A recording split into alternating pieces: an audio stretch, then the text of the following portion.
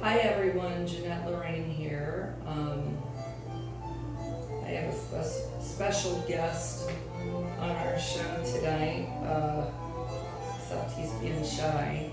But anyways, I was trying to be better about running the abuse forum and just going over things. And I find with my life history and story, I am not much into typing, and I was like writing a book. And I work with a lot of men and women that are complaining a lot to me about being on dating sites and how people like Photoshop their photos and how it's not them and this, that, and the other. So I just wanted to touch base on my story with that. I had a really big salon, 2 storefronts, about 6 girls that worked there at the time. And they thought that I should get on a dating site and get out there and start dating. So with that being said, they went and they built a profile for me on Match.com. And I wouldn't have anything to do with it, but they were in the back room and they were always talking to these men. It was like a needle in a haystack, you know. And I just laughed at them because I've never been the type to go out and meet somebody off the internet. I've been tied down my entire life. I was with my son's father 13 years, and then Michael for 10, and then my recent Mark, you know. So anyhow, they were really pushing it because they felt that I deserved to be happy and blah, blah, blah. So after a while, I let them have their fun, and then one day I said, you know, I gotta take that down. Well, for starters, my brother had a friend that was a dentist that was after me, and I got caught, actually. He said, you don't have time for me, you can't go out with me, but yet you're on a dating site. So of course, I felt terrible, and I did go on a couple dates with him just because I look like a liar, and that's one thing I take pride in, I don't lie.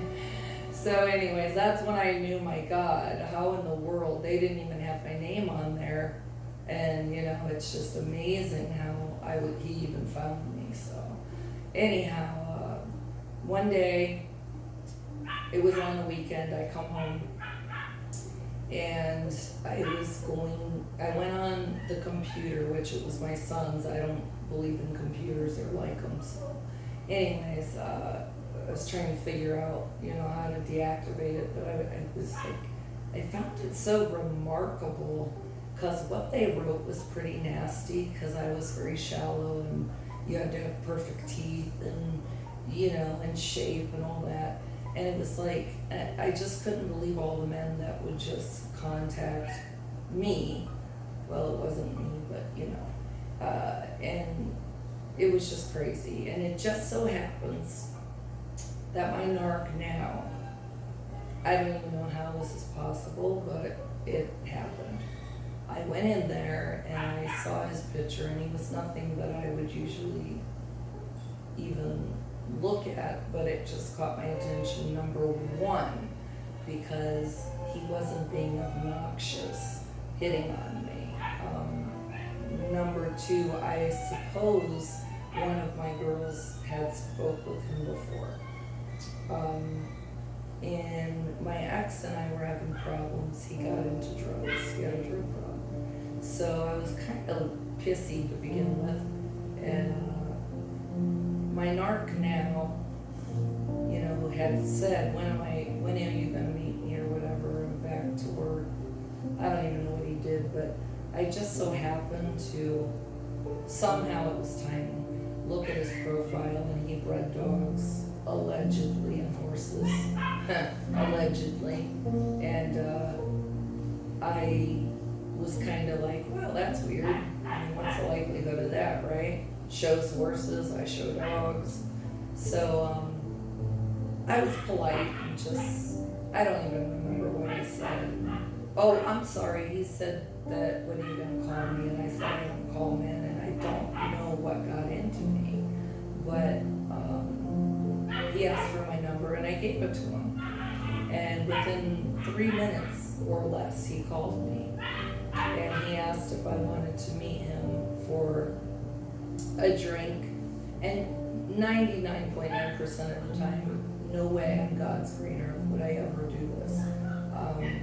But I was so mad at my ex, he was stealing from me and stuff. So I met the guy, my narc now, at Chili's, and we sat there and we had some drinks, and I looked at him and there was just no way that I could ever in my life imagine being with him. But he seemed really nice, and this is the thing with narcs. They are predators and they watch you, okay? It's not just a fluke that he came across me. Anyways, before you know it, I'm sitting across the table and I'm scratching my head because we had so much in common. It was like ridiculous. And I forgot to tell you the best part.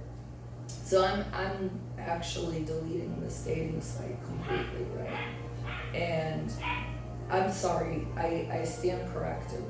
I took it down, and this is what happened. When you email somebody through your email to a dating site and then remove the dating site, and you're on social media, or you sign up for social media, it will actually send a request to everybody in your email contact. And that is actually how he ended up connecting with me. And that's right, that's where I thought it was like funny, because he didn't like come on to me in an obnoxious way. And he said something funny like, I don't think Match would be very happy about this, And I just was laughing because he had a point, but I didn't really know how any of it worked. And that's how we ended up connected. So technically, it was through Match, but then he got an email and became a friend of mine on social media. Back in those days, it was MySpace. Lo and behold,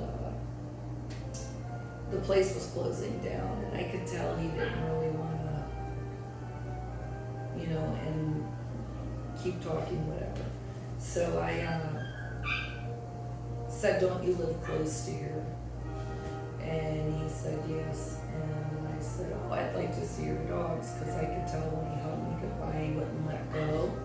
It was really awkward. So I figured if I could go see his dogs and his horses, then that was my way out. I could say I got home, and that's exactly what I did, and it worked. But here's the thing. I went out with him a couple times, and he was so nice, got the car door for me, I need to tell you. Really and truly, it was just unbelievable. And if nothing more, I figured I would have a good friend, someone to talk to. The whole time when we were having drinks, he was telling me how his ex was a drug addict and on drugs, and she stole from him. So every single thing that was going on in my life, he had the same thing going on in his life, okay? At that time, I knew nothing about what I was dealing with. So I've been working with people, and they're on these dating sites, and this is just my own personal opinion. I feel that's a breeding ground for sociopaths, antisocials, and narcissists. The reason that I feel so strongly about that is because of my position, and then all the women I work with, what they tell me and what ends up happening. If you really think about it, why not go to church or Home Depot or shopping or to a park or a bar and not just walk up to a woman and have conversation? I feel that these people, a lot of them hide behind a keyboard and they watch you, and like I said, they're predators, so they watch like your social media and they start to mirror you and become whatever you like. You like a certain series, they like it. Like me, I used to breed dogs and show dogs all over the country. Well, he bred dogs and showed horses. Lo and behold, the truth is, He never bred a horse, his ex did. His ex was the one who bred and showed horses, and he took credit for that, just as like he's trying to do with me and my dogs. I feel it's a very dangerous situation, because I do feel strongly a lot of people on these dating sites are there for a reason, and that there's something wrong. I'm seeing more and more of it, so that's just my personal opinion. And look at my story, what happened to me. I'm going through this divorce, I'm still not divorced, and I found papers from his ex where years prior to me ever even meeting him, he had hidden papers where he had a comp card of mine that I barely even have anymore. How did he get it? I have no idea. He had handwritten notes sometimes when I was with him of my business, clients that called and what time they called in, notes when we were together early on. I had a therapist from my past. My ex-husband beating me to death. I flatlined. They brought me back right after giving birth to my premature baby because of him. He had all these notes to his therapist that he was jealous of my 14-year-old son, and that all the men I've been with were beneath me, and he's beneath me, and it was just creepy about stuff about his uncle and his mother, and when you are with someone and you think everything's normal, and then your life just crumbles because everything's fake. And then you start finding all these handwritten notes. It's like they tell on themselves. It's really weird. His ex had written a letter how, I don't know who it was to, but how he was stalking me, and he had figured out from my social media, because of my dogs, my password on my emails and everything.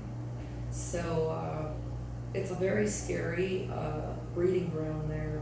I suggest you guys really enter that online dating with very big caution, in more ways than one. I will touch a lot more on all of that, but that's just something I wanted to get out there without having to type it all, because it's been coming up a lot with the women and men that I work with.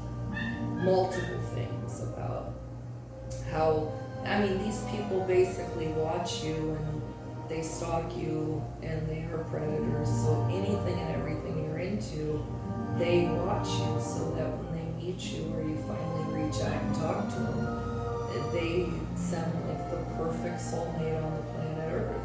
And that's how they get you, and they put you up on a pedestal, and then they just beat you down, and that's the sad part, because I had a wall up so big, I remember when I met my Mark, and with the therapist I was working with, because of my son, I did in-home therapy, and I was doing rapid eye movement therapy, and the funny thing is he was really pushing me. He wanted to come to my house, I wouldn't let him. He wanted to meet my son, I wouldn't let him. It was Valentine's Day, within 2-3 weeks of me meeting him, and he had said, will you come over or whatever, and at the time I made the mistake of saying I would, but I had my ex coming around, it was driving me crazy. So, plus I barely knew him, maybe I seen him 3 or 4 times in my life at that point. So when he called, I tried to back out of it, and he said, oh, could you at least come by? I got imported chocolate from France. So I kind of felt bad, because remember now, he was a really nice guy. If anything, we'd be good friends, right? So I was kind of, if you guys know me, you know how I am. I was kind of in a bad place, because I'm not really a wishy person, and I'm like, oh my God, this is so awkward. Number one, I don't really eat chocolate, and number two, I just felt bad, so I went, and I remember stopping at CVS and I had a little F-bomb and a couple other things to say because I was like, I got myself into the situation. So I went and found a card that was not loving or mushy or anything, just a regular little card. Got some candy and it was just awkward. I mean, I barely knew this man. So I go there and have one glass of wine and then I'm like, I gotta go, of course, because of my son, my business and that. And he said, well, you can't leave till you open your card and have one piece of chocolate. So he takes me in his living room and there's a long stem red rose on a card. And I open the card thinking, wow, that's really sweet. But at the same time, it was so awkward because I barely knew this man. I mean, 4 times maximum have I ever seen him in person, if it was 4. So I opened the card, and in the card he wrote a book. Really, he hand wrote like a lot, and it said that you've been abused and you've been through so much in your life, and you have a wall and you deserve to be happy and be taken care of. And please take my hand and let me take care of you, and I'll never abuse you. You'll be safe the rest of your life with me. And, it said, blah, blah, blah, love. No, can't say his name. Anyways, I thought, oh, that was really, really sweet, Really, it was. So I shook the box of candy, and he goes, oh, don't shake it. That made me very nervous. And I said, why? And he said, oh, it's imported from France. So I end up opening the box. And when I did, he had carved in the center of the chocolates. He carved in the center, and there was a box in the center. Now you have to understand, I only seen him a few times, and right away he's like, when are you gonna marry me? And I laugh because I hear that a lot because I'm a weirdo and people get a kick out of me. But I just always chuckled when he said it. And we did talk over the phone. So when I saw the box and the way he was trying to move things so fast, and he was getting angry about me not letting him come to my house, what mother would do that when they have a 14-year-old son with problems? I mean, I would never, unless I was in a serious relationship, I would never let a man around my son or in my home. So that was getting a bit over the top too. But anyhow, so I was like having chest pain right away. I was so afraid to open the box. I was like a little child, and I went to open it, and I opened it, and I slammed it shut really quick because I was really scared he was going to have a ring or something in there. But actually it was diamond earrings, which was really generous, but a bit over the top. He knew what he wanted, and that was really caught my attention. It would anyone's, but just something it's a little too fast. That was a red flag. What was I thinking? I said thank you. I was raised that way, but it still was over the top. And we had a good night, whatever, and I go home, and then again, the following week, he was complaining about my therapist and what's wrong with her, and why can't I come to your house? It was exhausting. So as hard as it was for me with a child, I tried to at least at that point go once or twice a week after work for one glass of wine. And I'm not a big drinker. I do it socially, so that in itself was not me. But I end up going there, and it was like I walked in and he sucked the life right out of me. Just like somebody was choking me, and I really got angry and said, I don't know what happened to you as a child, but this is ridiculous. This is not normal behavior.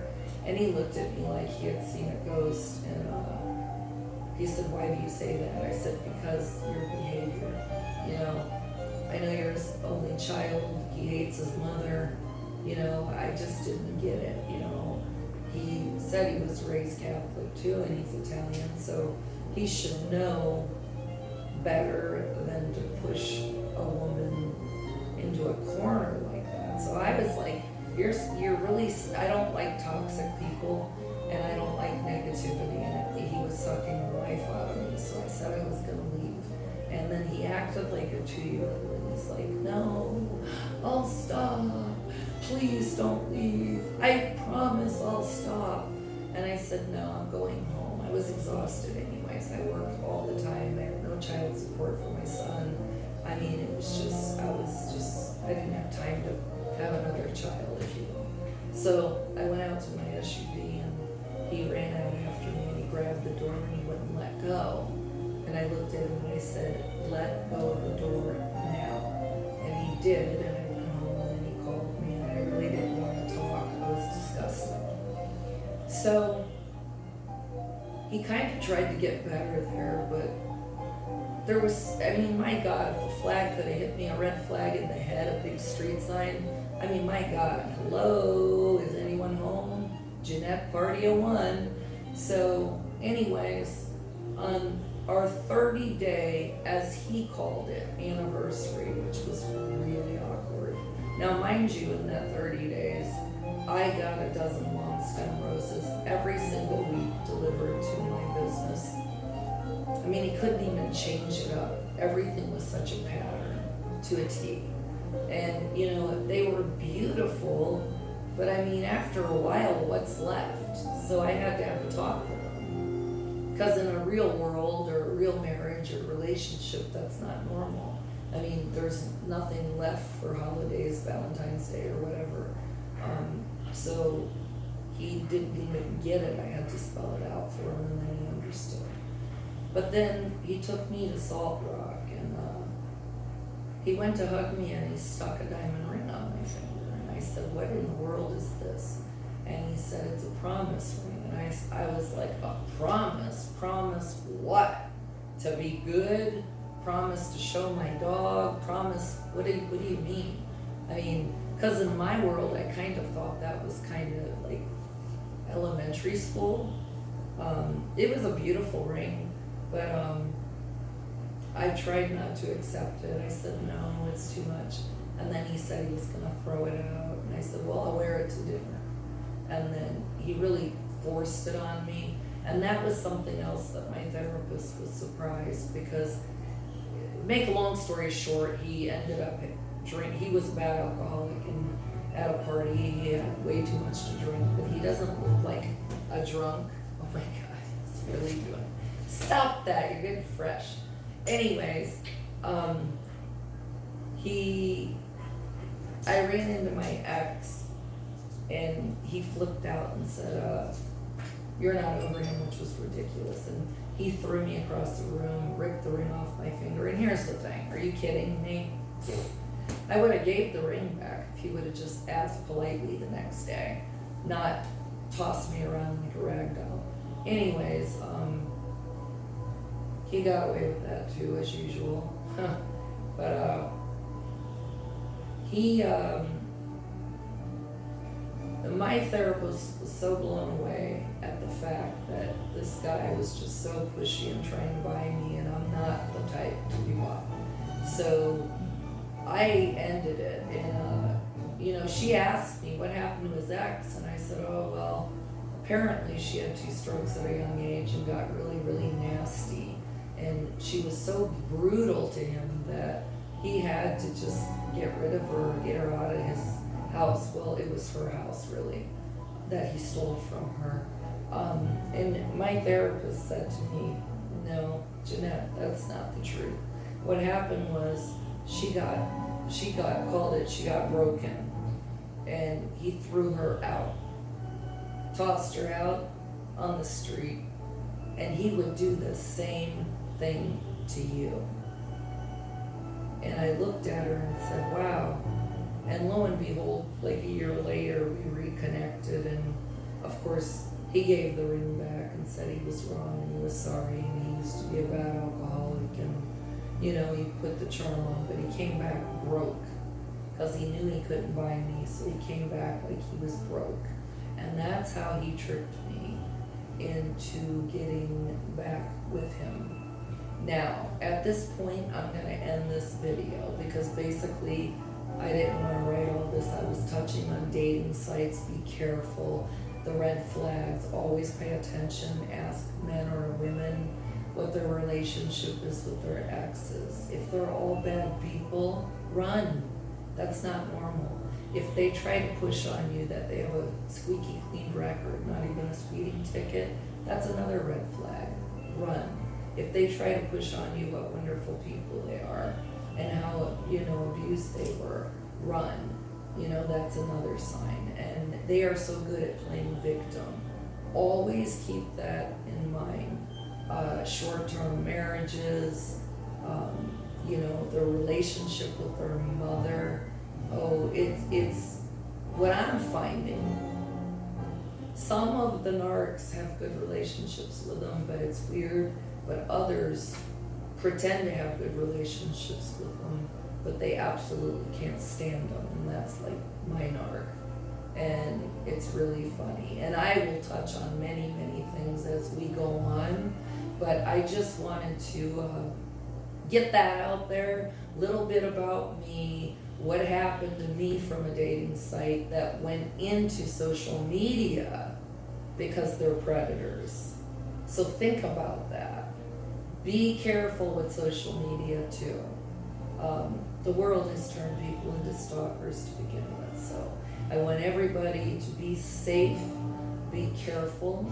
I'm going to continue on with different things. I'm trying to not make videos so long, but I just want to start getting more out there to educate you more on. I've been through both sides of abuse cycles anyway, so just be careful, keep your chin up. This too shall pass. Don't ever let anyone take your sparkle away.